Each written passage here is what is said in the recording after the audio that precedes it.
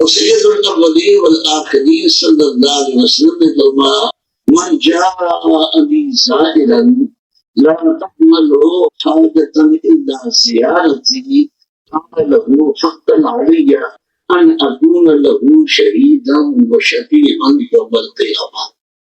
جو عمدن صرف میری زیارت کا مقصد لے گیا. ایسے اولیاء آج بھی ہیں، پہلے بھی تھے، مومنین مومنات مسلمین مسلمات میں سے بھی ہے، پہلے بھی تھے، اب بھی ہے، لیکن اب بہت تھوڑے ہیں.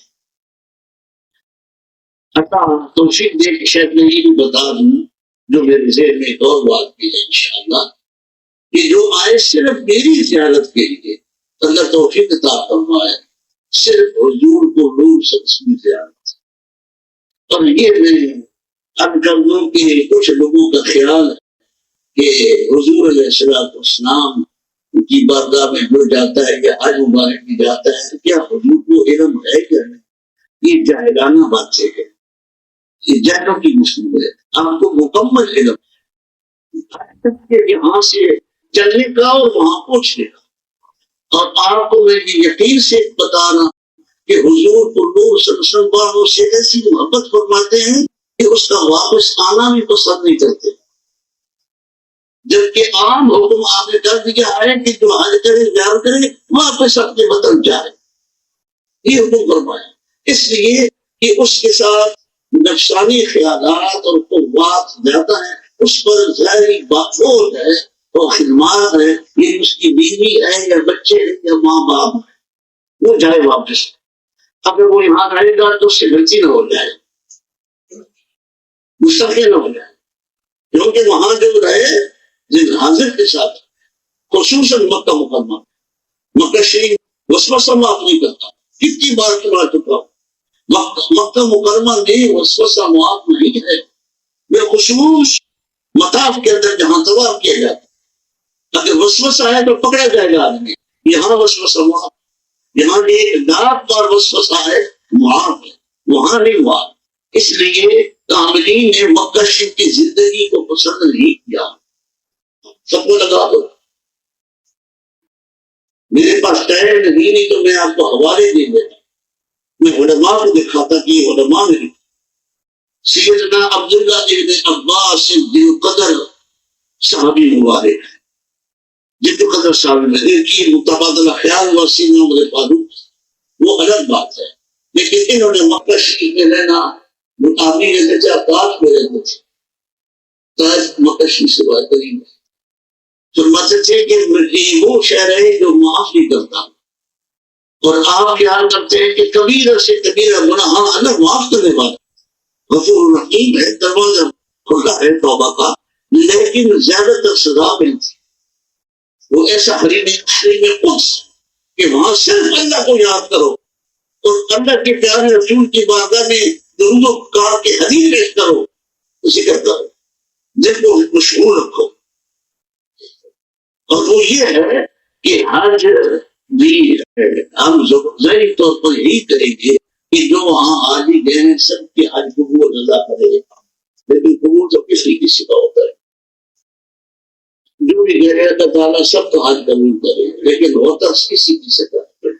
لیکن ایک وہ ہے جس کا حج ہی نہیں عرفات میں بھی جائے اور کعبہ شریف کے دروازے پر کھڑے ہو کر عبادت کرے، اس کی بخشش کوئی نہیں. یہ حج صرف ان لوگوں کے لیے ہے جو انتہا درجے کے گناہگار ہیں، بدکار ہیں، نیکوکار نیک ہے، صالح ہے، یا بہت بڑے گناہگار ہیں لیکن اندر ایمان کی گتی موجود ہے. سمجھ میں آئی؟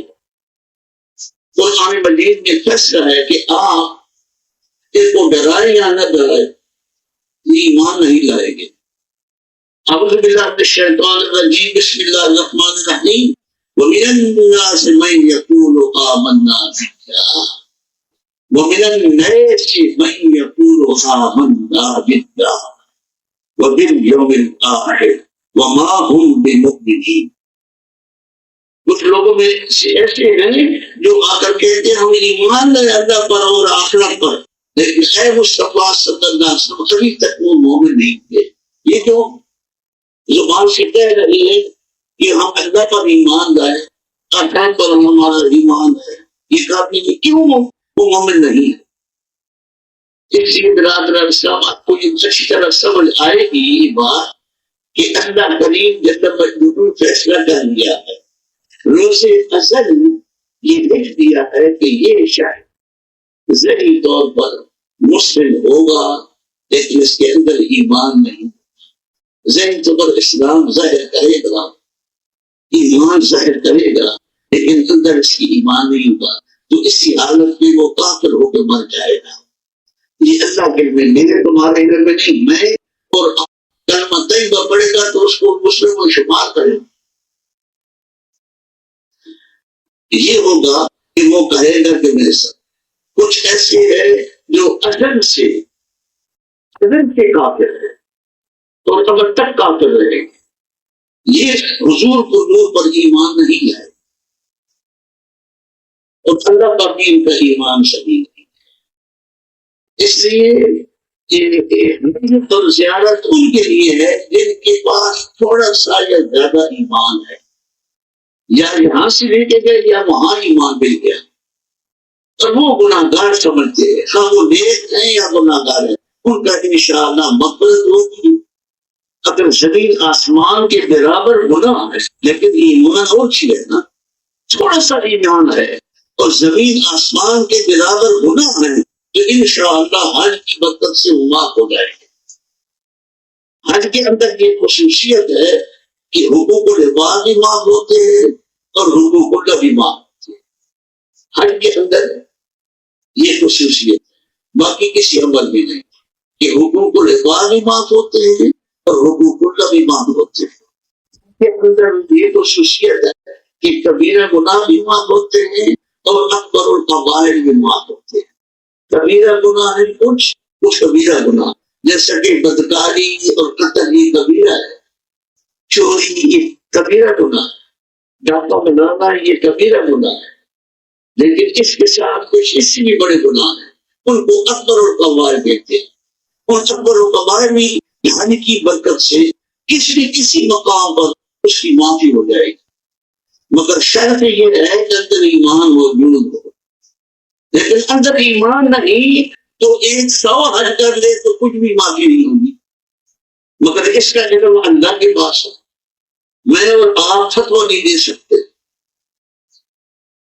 لہذا میں یہی عرض کر چکا مبارک پر بھی، اس سے بھی پہلے، کہ اصل چیز محبت ہے اللہ کی اور اللہ کے رسول کی صلی اللہ تعالی علیہ وسلم۔ اللہ نصیب کرے ملک کو اور آپ کو حضور کو نور کی سچی محبت۔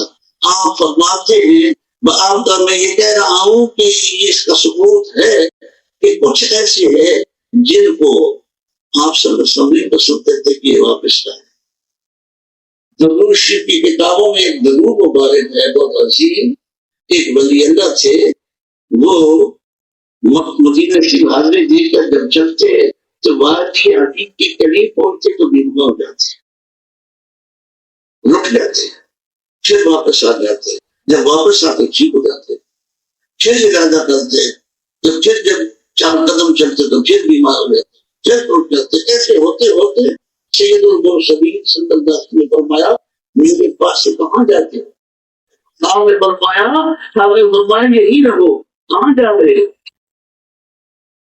اور سید کائنات صلی اللہ علیہ وسلم کی زیارت کرنے والے عجیب و غریب لوگ تھے، جن میں سے امام طبرانی معجم الکبیر، معجم الاوسط اور معجم الصغیر کے نام پر 3 کتابیں ہیں۔ آپ فرماتے جب رب کریم مجھ سے پوچھے گا کہ تو کیا لے کے آیا ہے تو فرمایا میں معجم الاوسط پیش کروں۔ یہ امام طبرانی اور شیخ اور ایک اور ولی اللہ ہے، یہ سفر کیا، پرانی بات ہے، 3 صدی ہجری کی بات ہے۔ اس وقت آپ جانتے ہیں کہ زیادہ سفر ہوتے تھے، لیکن کیا تھا کہ ایسی محبت تھی ان لوگوں کی۔ آپ گئے، جب وہاں پہنچے تو سب نے یہ مشورہ کیا کہ امام طبرانی کو پیش کرتے ہیں، وہ حضور کی بات